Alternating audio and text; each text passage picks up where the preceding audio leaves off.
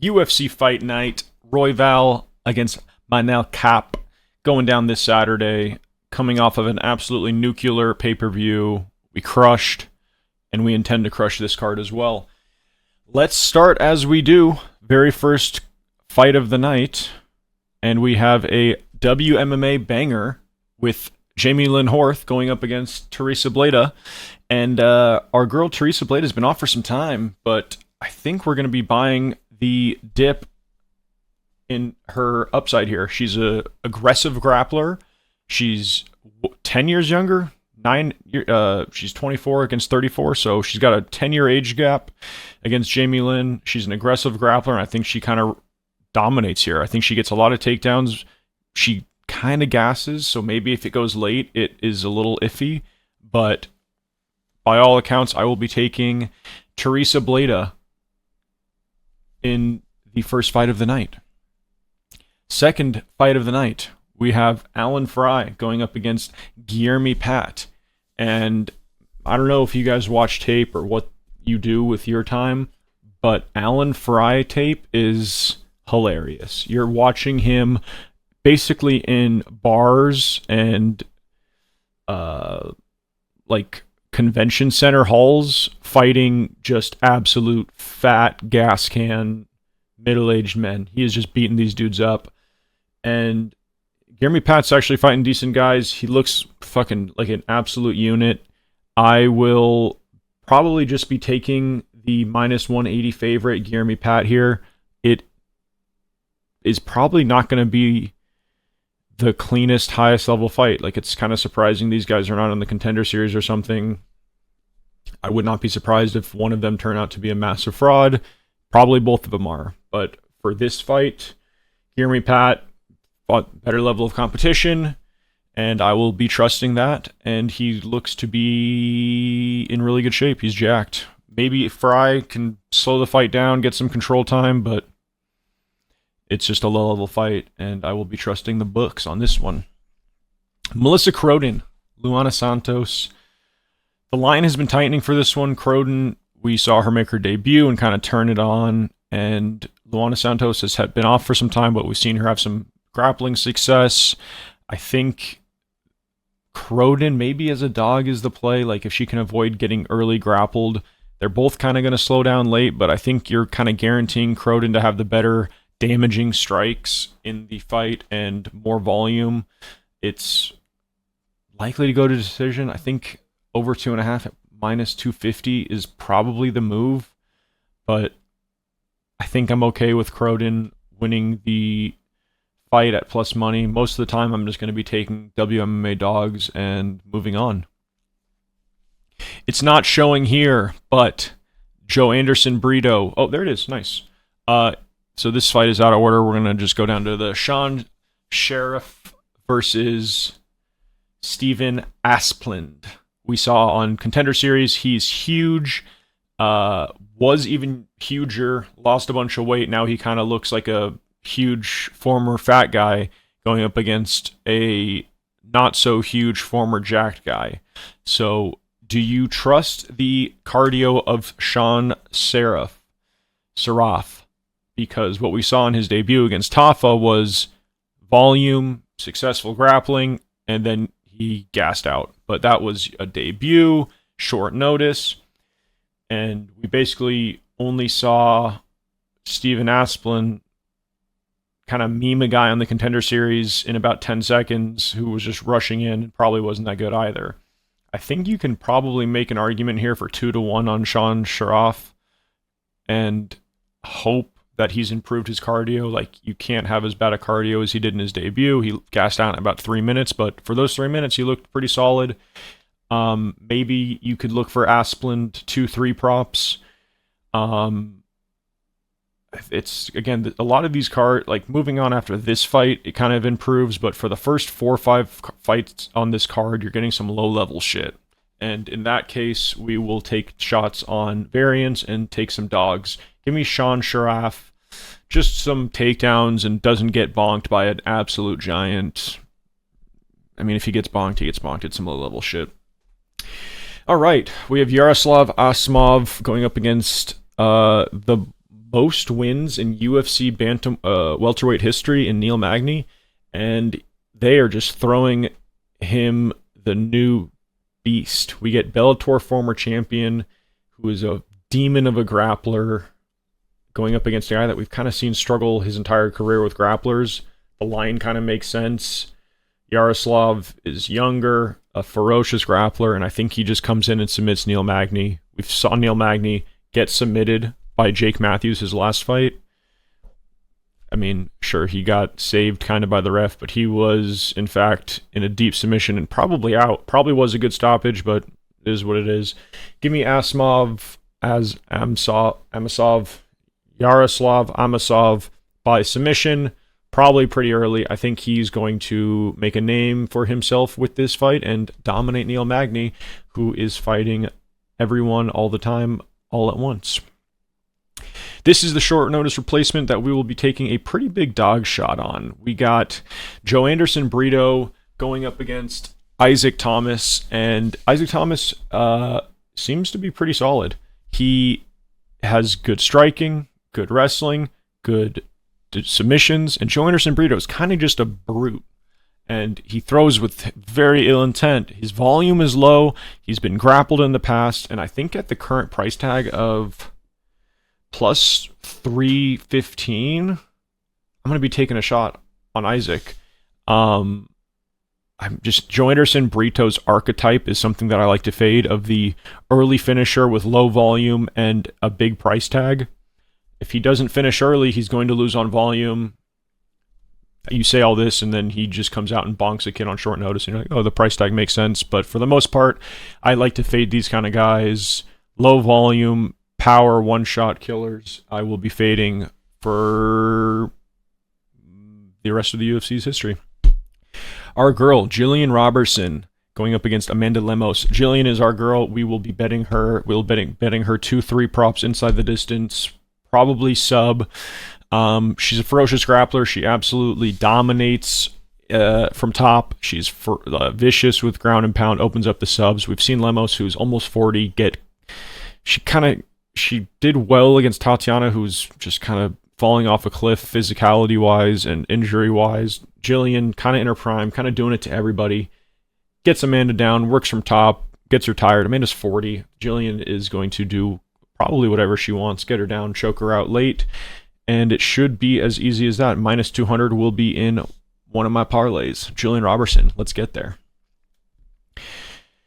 Bobby Green going up against newcomer Lance Gibson, son of Lance Gibson. And I think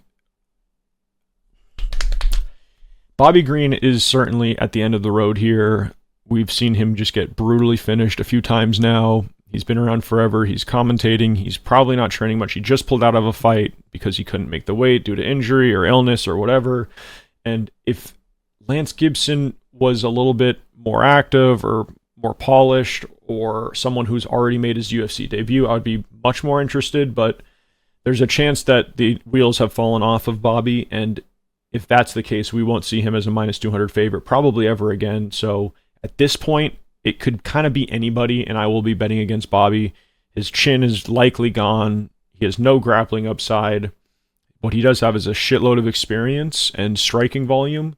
So if Lance doesn't get the wrestling going and doesn't clip Bobby and it goes long, which it's priced to, I think you can take Bobby late finish props or decision, but I'm going to be playing the narrative that Bobby's chin is done. He's complete dust, and I will be fading him probably for however many more fights he has in the UFC. Give me Lance Gibson, round 1 KO, ground and pound. Younger, less wear on the tires, gets Bobby down, and kind of goes to work. King Green. We move on. Kennedy and Nzechukwu going up against Marcus Buchecha. And Kennedy, we have been fading him for his entire career, and it has been working out pretty well. Marcus Buchecha, we will be taking him here. Kind of just at this point in Kennedy's career, I think he's super fragile, very low volume, and we've kind of crushed fading him. We are not going to stop now, and we will continue to do so. He is just one of my favorite guys to fade. He's fragile, no volume, and is probably not even a real heavyweight. Like, he's huge, but he could be at 205 and probably doing well there, and he just wants to go beat up a bunch of old fat dudes. I think Buchecha gets a takedown, works from top. We saw him look pretty shitty in his debut, but Martin Buday is just a giant oaf and hard to control and much more durable than Kennedy Nzechukwu. I will take Marcus Buchecha to get him down and submit him early. If he doesn't, then Kennedy's going to knock him out and we'll get a better price moving forward. That's the best thing about fading people kind of in perpetuity for their whole career is if they win, you get to just say, oh, I get a better price for the next fight. We love that. Marcus Buchecha plus 110. Give me him by submission. Super close fight.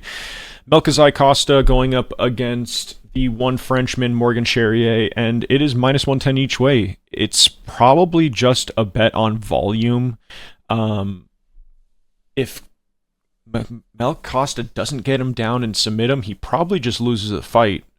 He's going to lose the volume fight. I think the minus 110 both ways is good. Whoever wins probably looks pretty dominant, so it's supposed to go to decisions, minus 220 over 2.5.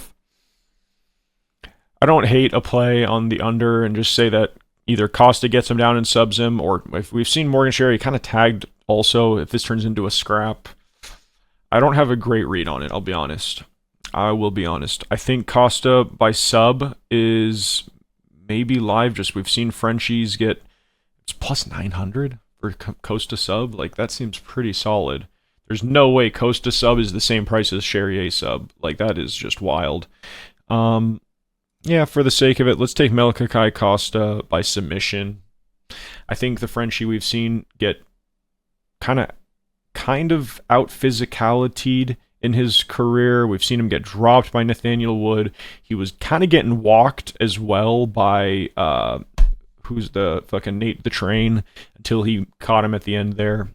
He's talented, but he's low volume, doesn't really have grappling upside. I will take the Brazilian by submission.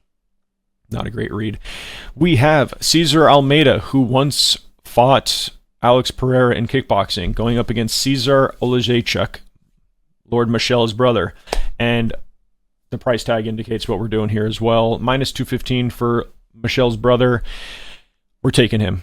He is young, has actually a sneaky grappling path here that is going to be obvious in hindsight, but not priced like it. Cesar Olejniczuk submission plus 800.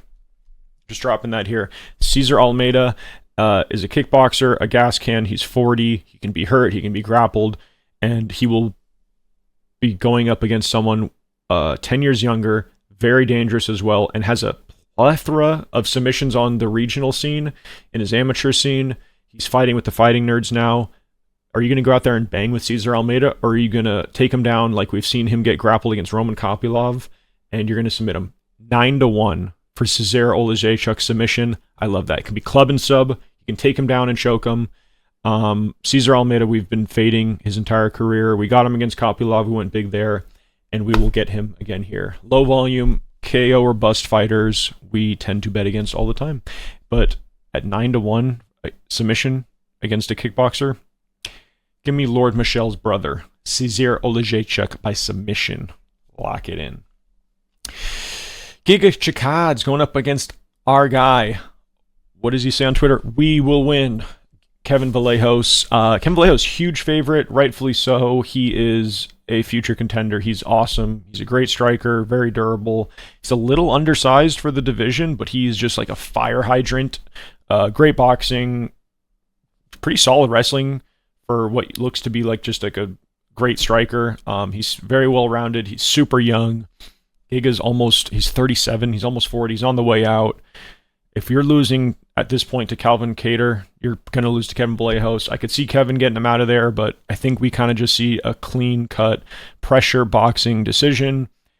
It'd be impressive if he can go get Giga out of there. That's a great look for him. But at his young career, I think we see pressure up against the cage.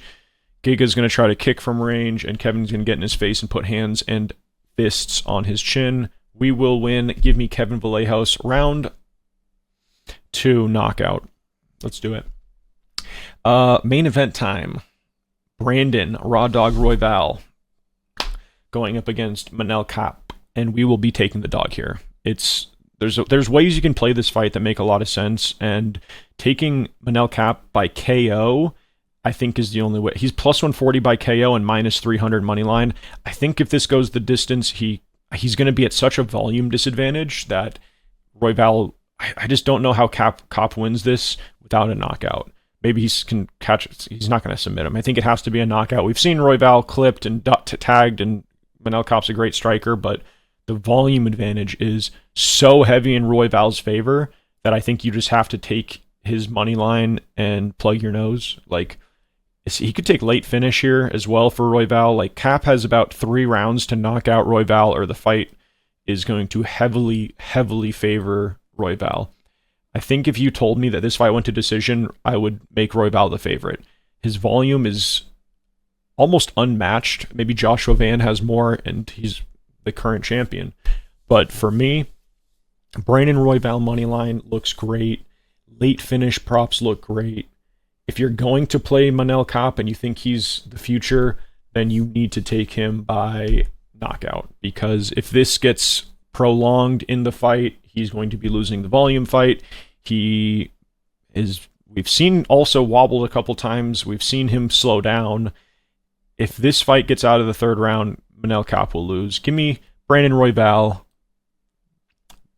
Let's take Let's take Brandon Royval in the 4th or 5th by club and sub. 25-1, round 4-5 sub. You can find it on Bovada.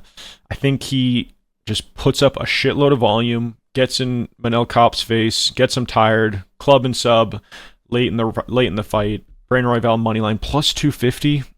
It's just a system play. Lock it in. Going from the top of the card to the bottom, and again, this is the last fight card for 5 weeks, so we got to make it count. Brandon Royval, huge dog. Kevin Vallejo's, huge favorite. Cesar Olazechuk, huge favorite. Melka Kai Costa, we're not super confident in, but he is a minus 110 favorite. Pick him. Marcus Buchecha, plus 110 dog, but we like him by sub. Lance Gibson is a dog, plus 180. We're taking a lot of dogs this card. Jillian Robertson, big favorite. We like her to finish. Isaac Thomas, big dog. We like him. Yaroslav Amasov by sub. We'll take his big price tag and make it more palatable. Sean Sharaf. He's a dog. We'll take his grappling upside, and hopefully he doesn't gas out. If he does, play the other guy by 2-3 KO. Melissa Croden just taking a WMA underdog kind of system play for us at this point. Guillermo Pat, I just don't like eating chalk in this kind of a fight. I like seeing what we get from one of these guys. I think they're both not great, but I'll take the the level of competition that Guillermo Pat's fought. Teresa Bleda I like as a WMA favorite. She's way younger, has a lot of grappling upside, and we will be taking that chalk. All right, we will be breaking down other sports to stay in the algorithm for the next 5 weeks while UFC's on break. But thanks for the support. Appreciate, and we move on. Thank you.